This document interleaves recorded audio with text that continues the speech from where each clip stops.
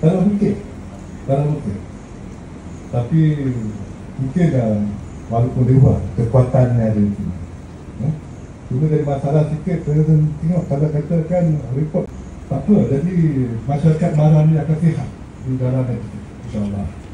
Apa-apa pun yang penting adalah prasarana yang disediakan walaupun dalam masjid.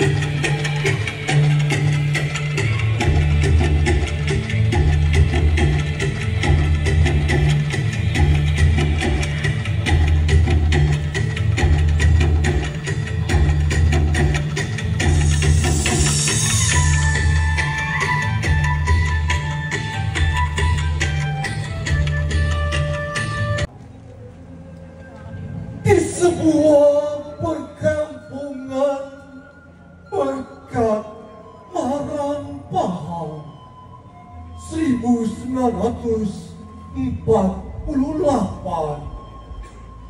terbinalah sebuah balai polis Marang demi menjaga keselamatan penduduk tempatan. Johor 75 tahun yang lalu, pada 21 Februari 1950, kira-kira jam 4:30 pagi, balai polis itu telah diserang hendak oleh komunis. 130 orang semuanya, sekitar balai telah dikepung dengan ketat. Pertempuran sengit hingga ke subuh, mereka mempertahankan balai dengan gigih walaupun berhadapan dengan serangan bertali arus. Dan pemotong standard untuk menyempurnakan upacara gimmick perasmian Ibu Pejabat Polis Daerah Marang. Dan pemotong standard untuk menyempurnakan upacara gimmick perasmian Ibu Pejabat Polis Daerah Marang. 5, 4, 3, 2.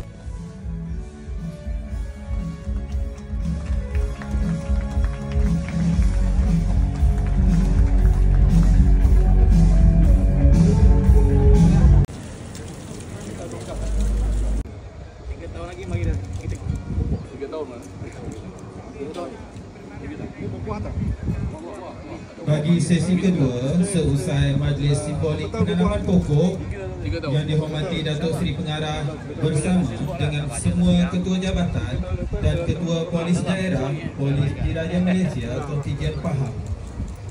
Dan untuk sesi terakhir yang dihormati Datuk Seri Pengarah bersama dengan ketua polis daerah, timbalan ketua polis daerah, semua ketua bahagian dan ketua polis balai Ibu Pejabat Polis Daerah Marang.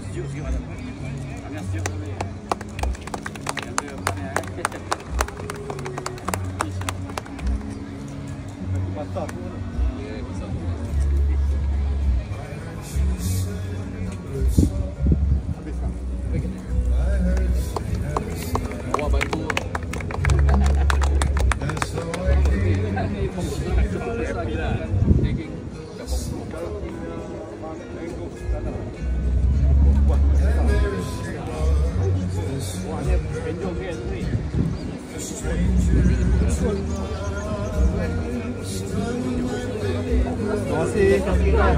Okey, dekat sikit. KP, satu saya KP.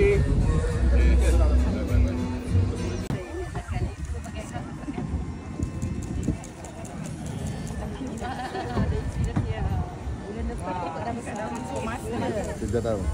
3 tahun lambat lagi. Puan, bawa baju banyak-banyak. Cepat sikit. Manggis. Dah pergi kereta ayah. 7 tahun balik sis. Petik. Manggis. Memang favorite manggis. Kamu. Aduh. Siti rapat-rapat sikit. Rapat-rapat.